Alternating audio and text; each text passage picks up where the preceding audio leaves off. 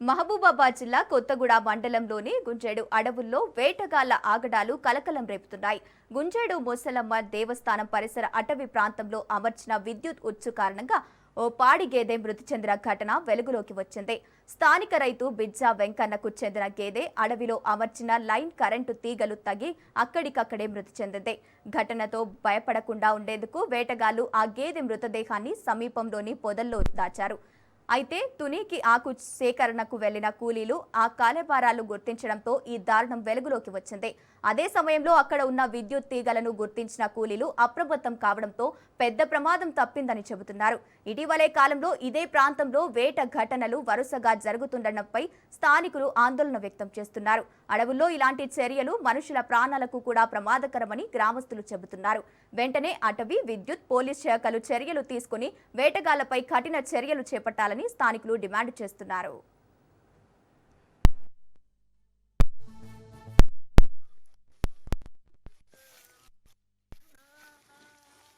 ఆ చెరువు కింద చూసుకుంటూ వాగంపుడు వస్తుంటే పొదలో ఈగలు బాగా ముసురుతానని చెప్పేసి అరే ఏంటిదని చెప్పేసి అటు పక్క నుంచి వచ్చి అటు పొలాలు ఉంటాయి సైడ్కి పక్కకి, ఆ పక్కనే వాగు ఉంటుంది.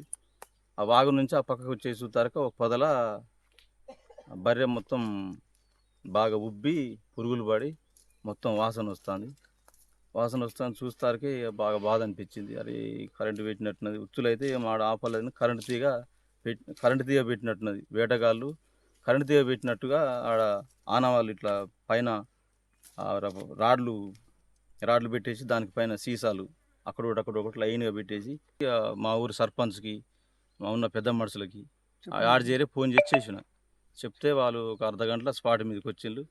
వాళ్ళు చూడడం జరిగింది. అరే ఇది పక్కా వేటగాళ్ళు కరెంటు పెడితేనే ఇది ఇలా జరిగిపోయింది, బర్రె చచ్చిపోయిందని వాళ్ళు చూసి వాళ్ళ దగ్గరికి మా కొంతమంది అనుమానితులు ఉన్న వాళ్ళని పిలిచి రమ్మంటే మేము ఏం చేసుకుంటారో చేసుకోపో అని చెప్పేసి వాళ్ళు మాట్లాడితే ఇక వాళ్ళు అన్నారు కదా పోయి ఎస్ఐ గారు కలిసి కేసు పిటిషన్ ఇచ్చేయంటే సార్ కలిసేసి సార్ ఇట్లా పరిస్థితి మరి ఇట్లా కరెంటు షాక్ పెట్టి వేటగాళ్ళు నా బర్రెని చంపాను సార్, అది ₹1,00,000 దాకా వాల్యూ ఉంటుంది అని అంటే నువ్వు పిటిషన్ ఇచ్చిపో, దాని మీద నేను ఎంక్వైరీ చేస్తాను సార్ అన్నాడు.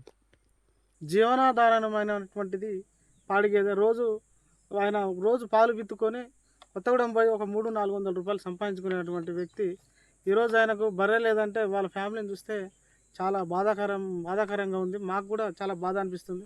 ఇది విద్యుత్ లైన్కు చనిపోయిందని తెలిసి ఇక్కడికి వచ్చేసినాం. ఇక్కడికి వచ్చేస్తే ఇక్కడ చుట్టుపక్కల కూడా అన్నీ చూస్తే కళేబరాలు చుట్టూ ఇట్లా ఉన్నాయి. అలాగే వాళ్ళు మటన్ కోసినటువంటి బస్తాలు కూడా అన్నీ ఇక్కడ ఈ ప్రాంతాల్లో ఉన్నాయి. కొందరు వ్యక్తులు అనేటువంటి పెడతా ఉన్నారు. వాళ్ళకు చాలాసార్లు మేము కూడా హెచ్చరించాం. వాళ్ళే కావచ్చు, ఎవరైనా కూడా కావచ్చు, కానీ మరోసారి ఇటువంటిది జరగకూడదు. ఎటువంటి ప్రాణికి కూడా హాని కలగకుండా ఉండాలనేసి కోరుకుంటున్నాను.